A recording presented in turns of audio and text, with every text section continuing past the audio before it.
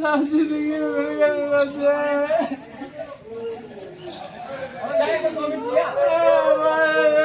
बढ़िया।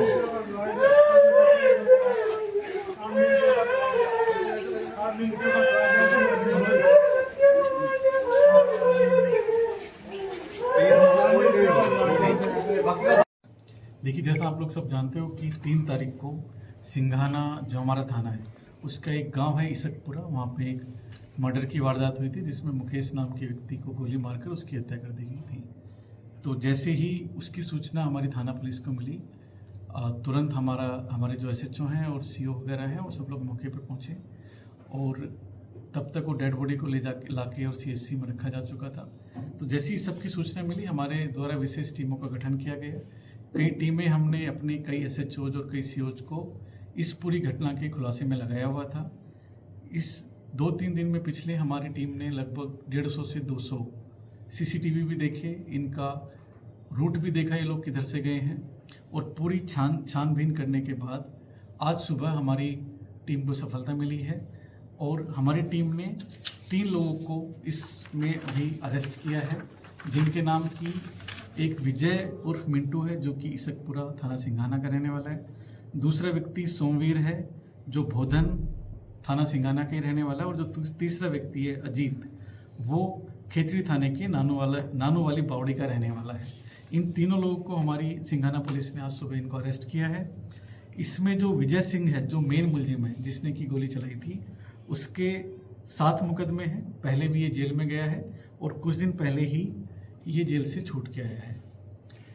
जो अब तक हमारी इन्वेस्टिगेशन से आया है कि ये जो मुकेश है मृतक और जो विजय है, इनमें आपस में कोई पुरानी रंजिश चल रही थी, पहले भी कोई 1 साल पहले भी लगभग इनमें कोई आपस में मारपीट हुई थी, और सोशल मीडिया में भी एक दूसरे को लेके कोई कमेंट हुआ था, उन सब चीज़ों को लेके इनमें रंजिश चल रही थी। और 3 तारीख को ये मृतक है मुकेश इस इसकपुरा गाँव में अपने किसी मित्र से मिलने आया हुआ था। उसी दौरान इन्होंने प्लानिंग करके और पहले इसको मोटरसाइकिल से गिरा के और फिर इस पे फायर करके इसकी हत्या की थी। सर, जो मृतक है उसकी कोई आपराधिक पृष्ठभूमि है क्या? देखिए, मृतक का अब तक कोई क्रिमिनल रिकॉर्ड है नहीं, कोई भी क्रिमिनल रिकॉर्ड अभी है नहीं मृतक का। जो मुकेश नाम का मृतक है, इसका कोई भी मुकदमा दर्ज नहीं है। सर, ये प्लान कब से बना रहे थे क्या? देखिए, इसके बारे में हम डिटेल अभी इन्वेस्टिगेशन कर रहे हैं, क्योंकि इनकी रंजिश लगभग पिछले 1 साल से चल रही थी और ये अभी 20 दिन पहले लगभग ये जेल से छूट के आया था विजय। तो इसके बारे में भी हम इसे डिटेल इन्वेस्टिगेशन कर रहे हैं। ये एक पहाड़ियाँ हैं,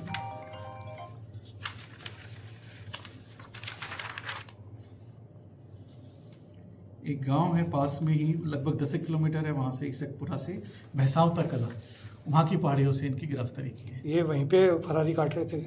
ये अलग अलग जगह फरारी काट रहे थे, ये लगातार इधर उधर इनका जाना हो रहा था, नीम का दाना की तरफ भी था, सिकर की तरफ भी था, तो ये लोग छुपते घूम रहे थे। हमारी टीमें लगातार कैमरे वगैरह देख के इनकी लोकेशंस ट्रेस कर रहे थे। आज सुबह हमने यहाँ पे इनको इस जगह से गिरफ्तार किया। रंजिश किस बात को लेकर थी इनकी? वैसे रंजिश मैं वही कह रहा हूँ कि इनकी कोई मारपीट हुई थी, 1 साल पहले आपस में झगड़ा हुआ था, और ये जो मृतक है इसके कुछ मित्र भी हैं वहाँ के इसकपुरा के रहने वाले, और कुछ सोशल मीडिया पे भी इन्होंने आपस में कमेंटबाजी की थी।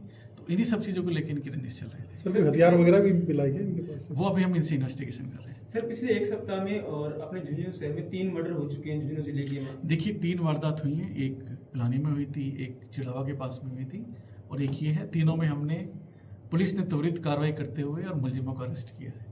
सर, अक्टूबर में डेनिस बावरी हत्याकांड हुआ था जिसमें मनदीप उर्फ मदिया जो हार्डकोर अपराधी था उसे अभी तक गिरफ्तार नहीं किया गया, उसके बारे में आपका क्या? देखिए, अभी भी पुलिस मुख्यालय की तरफ से एक अभियान चल रहा है जिसमें हत्या या और जो जघन्य अपराध हैं उसमें किसी भी तरह के वांछित जो अपराधी हैं उनको पकड़ा जाना है।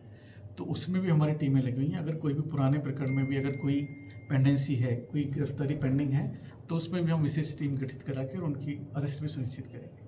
सर, झुंझुनू के अंदर काफी आपराधिक जो घटनाएं सामने आ रही हैं, ऐसी स्थिति में आप युवाओं को कुछ संदेश देना? देखिए, मैं युवाओं को यही कहना चाहूँगा कि आप किसी भी व्यक्ति को, किसी भी असामाजिक तत्व को या किसी भी अपराधी को फॉलो ना करें, उससे कोई भी गलत प्रेरणा ना लें।